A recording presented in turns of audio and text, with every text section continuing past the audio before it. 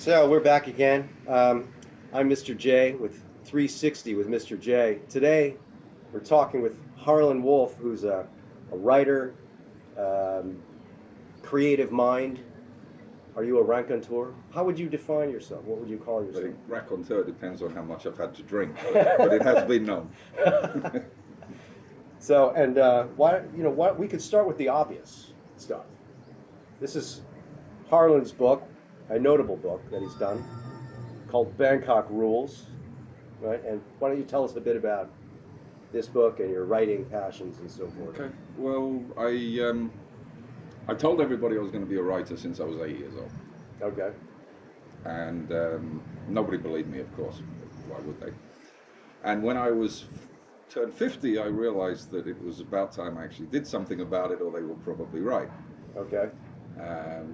I had spent 25 years here as a private detective dealing with mostly criminal issues. Wow. Okay. So it was a private eye background. Okay. Yeah. And so I created a middle-aged, rather cynical Bangkok-based private detective. And would you say this? What's the name of the detective? Carl Engel. Carl Engel. Is it is it in any way a reflection or a mirror image or an offshoot of your persona? Well, it was very difficult at first. Yeah. To write it, because of course it was close to my experiences, and in fact most of the backstories in there are true. So I overcame that discomfort by deciding to pursue a character that I saw as myself if I hadn't got married and had children. So you used that as a departure point for this character. Yeah. What might I have been like if I was the age I am now and I hadn't got married and had children? Interesting. And that's how I tried to visualize the character. So it got to be quite a lot of fun. And he's not married. He's not. hard-boiled. He's the old-fashioned, hard-boiled, dysfunctional. Let me just read the caption out loud so folks can see for themselves that it's worthy of checking out. A sadistic serial killer has been abducting young girls for his ritual horror, and the authorities are clueless. Carl Engel is an enigma. The blunt Londoner has forged a 30-year career as a private investigator amid the chaos of Thailand's political history. Struggling with advancing years and a decreasing workload, he is approached by an elderly American with a lucrative missing persons case. I'll leave it there at the point of intrigue. And is that based on an actual? No, the crime is totally fictional. Okay. Which is what made it work, because then I was able to throw in characters I've known in my life and backstories and events that I was involved in into it and still call it fiction. Okay. Was this your first major work? Yeah. And how did it go over? How is it going over? It went over very well. Yeah. For a few months, I thought I'd cracked it. We were selling like hotcakes on Amazon. Oh, really? Okay. Yeah. International. Yeah. We, I would say between Amazon and the bookshops in Thailand, I include Laos and Burma and Cambodia, although they sold very few. We've sold at least 10,000 copies. Nice. Okay. Gave a lot away free as well on top of that.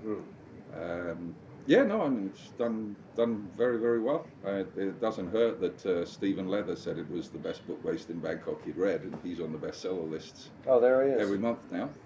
I actually wrote it thinking that I don't know how to write, so what I need to do is write a book, get the criticism, and then maybe learn how to do it properly and do it better on the second time round. Interesting. So that was because it was the first, you also strategically... I assumed it would be terrible. Interesting. And one of the biggest problems I've had is that everyone told me that it was good and that I knew how to write, so I'm a bit lost now. I don't quite know what to do next. Interesting. Yeah, so there was a surprise. Surprise. Explain. Let's paint the picture for us. You finished the book. It's published through who? It's distributed through Asia Books in Thailand. Okay, but you published it. You have a distributor. We did a deal with Asia Books, which required us to do a deal with the printer. Okay. And then the printer delivered the books to Asia Books. So it's still an indie effort in a way. Yeah. Okay, so it's an indie effort. Harlan was not what I gather. You weren't convinced, or you weren't sure what to expect You assumed it might be a flop. That's what you told me, or you didn't know. I didn't think of it as a flop because I never expected anything from it. Okay, What I thought was okay. it would draw criticism, and therefore I might get into the arena, and that I might be able to write a book that works one day. So you thought, oh, after this, I'll write the real I thought it book. was a process. And so, getting back to this, paint the picture for us. You wake up in the morning, or whatever, wherever. You open the paper, or however you hear about it. Someone calls you. Hey, Harlan, your book's doing really well. What? How did you learn about it? Well, you see it online, Okay. and you see the checks. I was receiving very large checks from Amazon UK and Amazon in the States. Wow.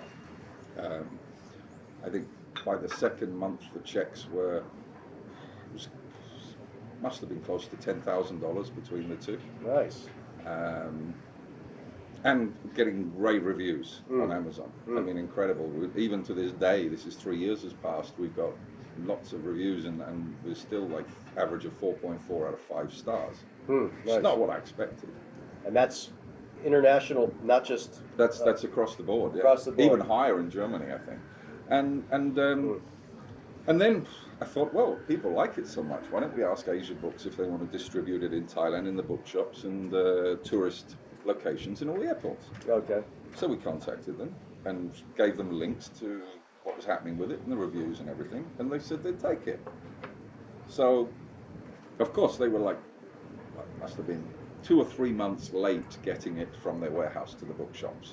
So we had a date. It was received at their warehouse. It was going to, on a certain day, be in the shops. And week after week, it never made the shelves, and it just got stuck in the bureaucracy. And I thought, wow, this is never going to happen. And then, as fate would have it, I left here on the morning of my birthday, this 3 years ago, and walked up the road and turned left, and there's an Asia Books there, and there it was. First day, it was released in paperback on my birthday, Nice. which was not anticipated. Maybe that was a clever surprise by the publisher. Or something. I don't think they knew. No, it's just been it's been surreal. It's been surreal, and one of the biggest problems. I'm working on 2 books at the moment. One of them is another detective story. Yeah. And the other one is a very farcical, almost Falstaffian British public school boy in Bangkok. Okay. Which bordering on comedy. All right. More farce, but yeah, a sort of extreme view of the worst type of British expat. And what is the age range of that hero character? In that Funnily enough, they're all around my age. They always What a seem to be. coincidence. They always seem to be. By the way, if there's any wind noise, it should be okay. But folks, if you hear it, we're out here on the beautiful patio, Harlan's patio. So that's what it is. Okay. So yeah. So the problem I'm having, if I'm going to be honest, is, of course, when I wrote the first book, I did it without expectation. Yeah. So now I'm sort of hovering, jumping between these 2 other books I'm working on, but ultimately it's much harder than it was writing the first one, because now I have an expectation. I don't want the next book to be not as good as the first one. In fact, I want it to be a lot better, because I think that's terribly flawed, and I think I could have done it a lot better, but I guess all writers feel like that. Huh. Interesting. So now it's a difficult process, because now I think I'm a writer. Whereas when I wrote the first one, I was just enjoying myself. Interesting. Maybe you can find your way back to that. Keep one foot in that beginner's mind. Maybe. Yeah, it makes perfect sense. Absolutely. Somehow. Absolutely. Shut off the noise and take away expectation. Okay. It's much easier then. It's much easier then. And not expecting approval when I wrote the first one. I was expecting the opposite. That's so right. I'd already set myself up with a thick skin Yeah. to take criticism. Well, now I'm supposed to be a writer, of course. It's a little bit more barbed when people criticize what I'm writing. Okay, right, because now you've cracked the establishment slightly, or somewhat, significantly. Oh, the Bangkok establishment. The Bangkok, establishment. Yeah. And so, what else are you working on? I mean, what strikes your fancy besides writing? Is that your primary thing now? I would like it to be the primary thing. I have 3 children. It's very difficult to support 3 children as a writer, as any writer will tell you. Except for a few. Okay. There's a few that are way beyond that. But most writers, it's a struggle. Do you have other occupations you do? Or? Yeah, well, I have to. I have to make a living in the meantime. I got 3 kids. They all got school fees, and they all need a roof over their head. Sure.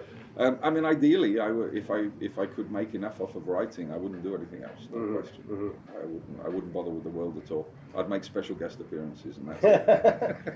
Like this on 360 with Mr. J. And walk up the road and let everyone point at him and say, "That's that crazy rider fella." Yeah. Do you have a habit or a routine when it comes to writing? Do you have an approach? Do you start? I have many, but only one that works. Okay, what is it?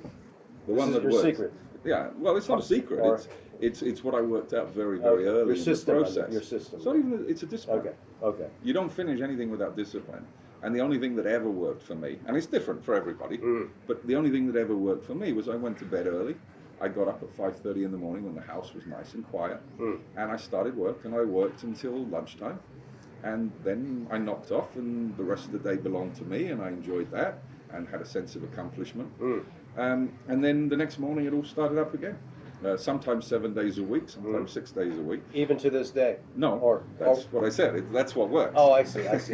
If I'm, and I wrote that book when I actually set my mind to it, having toyed with it for quite a while. When I actually said I'm going to write this thing and finish it, I did it it didn't take, I don't remember exactly, but it was maybe 6 weeks or something, 7 weeks, something like that. And that's the only thing that ever worked. Was to blast it out in chunks of time according to a disciplined schedule. You get up and you go to work every morning. Yeah. And that's it. And for me, nothing else works. Yes, you're toying around, you're playing with plot, and you're procrastinating. But if I'm actually going to put another book on the table, that's what it will take. Interesting. And some people prefer to write in the afternoons, and some people can write any time. But for me, that's the only thing that works. The morning, to keep it, you have your quiet space. Yeah. Well, I learned that you don't feel the need to finish everything up and put nice bows on it. What do you mean in general? Well, when you get hungry at lunchtime, you just lay down tools and you go and get lunch, and that's it, and you're done for the day. And the rest of the day you can take notes and think. If you tidy it up and say, I've finished it, it's perfect, I've done this chapter, I put a bow around it, I'm done. You wake up the next day and you're not quite sure what you're going to do next. But if you haven't finished, I see. You go to bed on a thought. It gives you a toehold. And you somehow in your sleep, you're working things out. And I would wake up in the morning full of energy. Interesting. I'm going to attack it this way. So you don't actually, you strive not to button it up. Exactly. That's an interesting Leave it bubbling. Leave it bubbling. Let it bubble. Because the whole process from start to finish is a bubbling process. Right. Instead of putting, I've finished. I've done that. It's all perfect. Very interesting. And that worked for me. Because there is a tendency. I mean, I remember editing movies, a couple features I produced and stuff, striving to let me get this scene cut, and then, like you're saying, pushing to get a scene cut, and then like I have encountered that phenomenon where coming back to the material, it's like glass. There's nothing to grab onto. Yeah, there's lots of evidence that we work out a lot of things in our sleep, in our subconscious. Okay. And there's lots of evidence that I don't think anybody's ever really been able to tell us how it works. Yeah. But I think it's an important part of the process, is that while you're asleep, instead of patting yourself on the back and say, I did well yesterday, it's all done, you're actually going to bed saying, hey, I've got to tackle this problem tomorrow morning, and I wonder how I'm going to do it. But not in an angst-ridden way. It's no, it's subconscious. Just subconscious. Like doing a crossword almost. I set up I made it like a puzzle, challenging myself. Oh, interesting. I would put the guy in situations I didn't know what he was going to do or how he was going to get out of it. And then it would be like a puzzle. What would you do in this situation? So you didn't, for this book at least, you didn't have a plot outlined so specifically all the way through? I had a beginning and an end. So you knew you had to get him here somehow? Yeah. And you didn't know what was going to happen in between? Interesting. Or who was going to show up or what would happen to them. So that makes for a lot of twists and turns, I assume. Okay, great. And before we were rolling, you were talking about what's happening with the book outside of the publishing arena in terms of being optioned by movie companies and whatnot. Is that still underway, or what's going on with that? It's on the way. They got stuck releasing their last film. Okay. Which is perfectly normal. Yeah. They just produced a really, really good film called Hawker Hay, A Good Day to Die. Hawker Hay. which is Sioux language for a good day to die. Oh, okay. So it's Hokahe, a good day to die. Interesting. It's a full-length documentary about what is today called a conflict photographer, which in our day was called a war correspondent. Okay. Yeah. Okay. Is it Hawk or Hay? Yeah, it's been in all the big festivals, movie festivals. It was in Bologna. They showed about 15 minutes of it in Cannes. Huh. It was a selection, a special selection Oh, for really? the Bologna Film Festival. Okay. And it's a really, really good film. And it took them. They spent years working on it, and I think Harold is just sort of breathing a sigh of relief now that he's finally got it out there. I'm just waiting for him to gather energy to get on with the next project. Interesting. So it's not, that movie's not released yet. It's still in the I think it festivals. might have been released. It was in the festivals a few months ago. So maybe it's on the cusp of Hawk or Hay. So there's another one, folks, to check out. Possibly recommended. And if you know the producers of Hawk or Hay, you can tell them how talented Harlan is, and to get your asses moving with Harlan's project. And I highly recommend their film. It's a very interesting film. It's about a guy who was banned from every war zone in the world because he fell out with the Ministry of Defense when he published photographs of a soldier that had been blown up by a landmine. Oh, so he was not an embedded. He was embedded. Oh, and he went against the grain. He went against the grain. The guy got blown up by a landmine and lost both his legs. Yeah. And he photographed the event and the medevacing of the guy out and so on.